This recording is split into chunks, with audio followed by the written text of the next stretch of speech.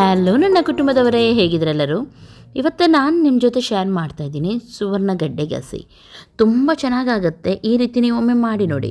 ಯಾವಾಗಲೂ ಸೇಮ್ ರೀತಿ ಮಾಡ್ತಿರಾದರೆ ಇದನ್ನೊಮ್ಮೆ ನೀವು ಟ್ರೈ ಮಾಡಿ.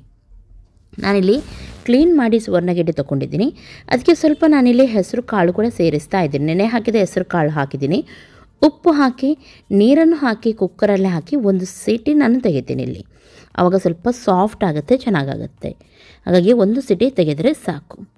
ಇನ್ನೊಂದು ಸೈಡಲ್ಲಿ ಇವಾಗ ನಾನಿಲ್ಲಿ ಸಣ್ಣ ಮಿಕ್ಸಿ ಜಾರಲ್ಲಿ ಒಂದು 6ರಿಂದ 7 ಒಣಮೆಣಸು, 3 ಇಲ್ಲಿ ನಾನು ಟೊಮೆಟೊವನ್ನು ಸೇರಿಸಿದ್ದೀನಿ. ಮೀಡಿಯಮ್ ಸೈಜ್ ಟೊಮೆಟೊ, ಇದು ತುಂಬ ದೊಡ್ಡದು ಕೂಡ ಅಲ್ಲ. ಹಾಗೂ ಇದರೊಂದಿಗೆ ನಾನು 1 ಕಪ್ಪಷ್ಟು ಮೊಸರನ್ನು ಕೂಡ ಹಾಕ್ತಾ ಇದ್ದೀನಿ. ಈ 3 ಕೂಡ ಹಾಕಿ ನಾವು ನೈಸಾಗಿ ಗ್ರೈಂಡ್ ಮಾಡಿದರೆ ಆಯಿತು. ಸ್ವಲ್ಪ ಪೇಸ್ಟ್ ರೀತಿ ಮಾಡಿದರೆ ಆಯಿತು. ಈ ರೀತಿ ಮಾಡಿ ಇದನ್ನು ಪಕ್ಕದಲ್ಲೇ ಇಟ್ಕೊಳ್ಳೋಣ. ಒಂದು ಕಡಾಯಿ ತೊಗೊಂಡಿದ್ದೀನಿ.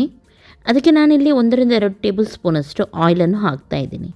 ಇಲ್ಲಿ ಯಾವುದೇ ಕುಕ್ಕಿಂಗ್ ಆಯಿಲ್ ನೀವು ಯೂಸ್ ಮಾಡ್ಬೋದು. ನಾನಿಲ್ಲಿ ತೆಂಗಿನ ಎಣ್ಣೆಯನ್ನು ಹಾಕಿದ್ದೀನಿ. ಹಾಗೂ ಇದಕ್ಕೆ 2 ಹೆಚ್ಚಿದ ನೀರುಳ್ಳಿಯನ್ನು ನಾನಿಲ್ಲಿ ಸೇರಿಸ್ತಾ ಇದ್ದೀನಿ.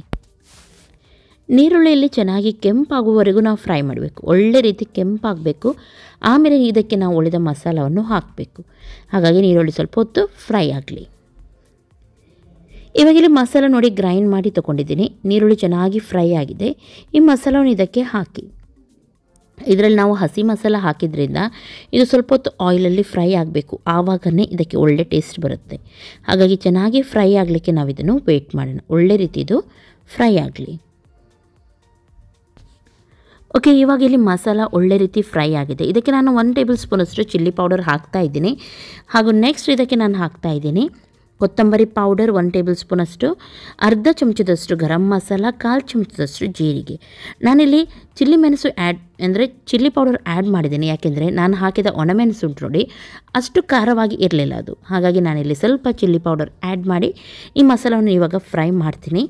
ಇದರೊಂದಿಗೆ ನಾನು ಹಾಕ್ತಾ ಇದ್ದೀನಿ ಇವಾಗ ಜಿಂಜರ್ ಗಾರ್ಲಿಕ್ ಪೇಸ್ಟ್ ಕೂಡ. ನೀವು ಶುಂಠಿ ಬೆಳ್ಳುಳ್ಳಿ ಕಟ್ ಮಾಡಿ ಕೂಡ ಹಾಕ್ಬೋದು, ಅಥವಾ ಇದರ ಫ್ಲೇವರ್ ಇಷ್ಟ ಇದ್ದರೆ ಸ್ಕಿಪ್ ಕೂಡ ಮಾಡ್ಬೋದು.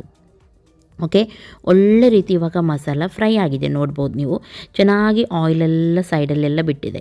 ಈ ರೀತಿ ಬರಬೇಕು ಮಸಾಲ ಒಳ್ಳೆ ಫ್ರೈ ಆದಮೇಲೆ ಇವಾಗ ನಾವು ಬೇಯಿಸಿದ ಸುವರ್ಣಗೆಡ್ಡೆ ಹಾಗೂ ಹೆಸರು ಕಾಳಿತ್ತು ನೋಡಿ, ಅದನ್ನು ಇದಕ್ಕೆ ಸೇರಿಸೋಣ.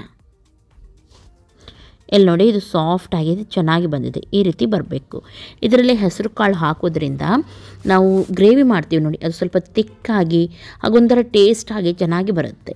ಹಾಗಾಗಿ ಹಾಕಿ ನೀವು ತುಂಬ ಒಳ್ಳೆಯದಾಗುತ್ತೆ. ಓಕೆ, ಇವಾಗ ಮಿಕ್ಸ್ ಮಾಡಿ ಸ್ವಲ್ಪ ತೆಳುವಾಗಿಯೇ ಇಡಿ ಇದನ್ನು. ಯಾಕೆ ಗೊತ್ತುಂಟ, ನಾನು ಹೇಳಿದೆ ನೋಡಿ, ಹೆಸರು ಕಾಳು ಬೇಗನೆ ಎಲ್ಲ ನೀರಿನ ಅಂಶ ಎಳ್ಕೊಳ್ಳುತ್ತೆ, ಆಮೇಲೆ ಗಟ್ಟಿಯಾಗುತ್ತೆ. ನಿಮಗೆ ಸ್ವಲ್ಪ ಗಸಿ ರೀತಿ ಇಷ್ಟ ಇದೆ ಆದರೆ ನೀವು ಹೀಗೇ ಇಡ್ಬೋದು. ಸ್ವಲ್ಪ ಸಾರು ರೀತಿ ಬೇಕಿದ್ರೆ ಇದಕ್ಕೆ ಸ್ವಲ್ಪ ನೀವು ನೀರನ್ನು ಸೇರಿಸಿ. ಇದು ಕುದಿ ಬಂದ ಮೇಲೆ ಸ್ವಲ್ಪ ಗಟ್ಟಿಯಾಗುತ್ತೆ.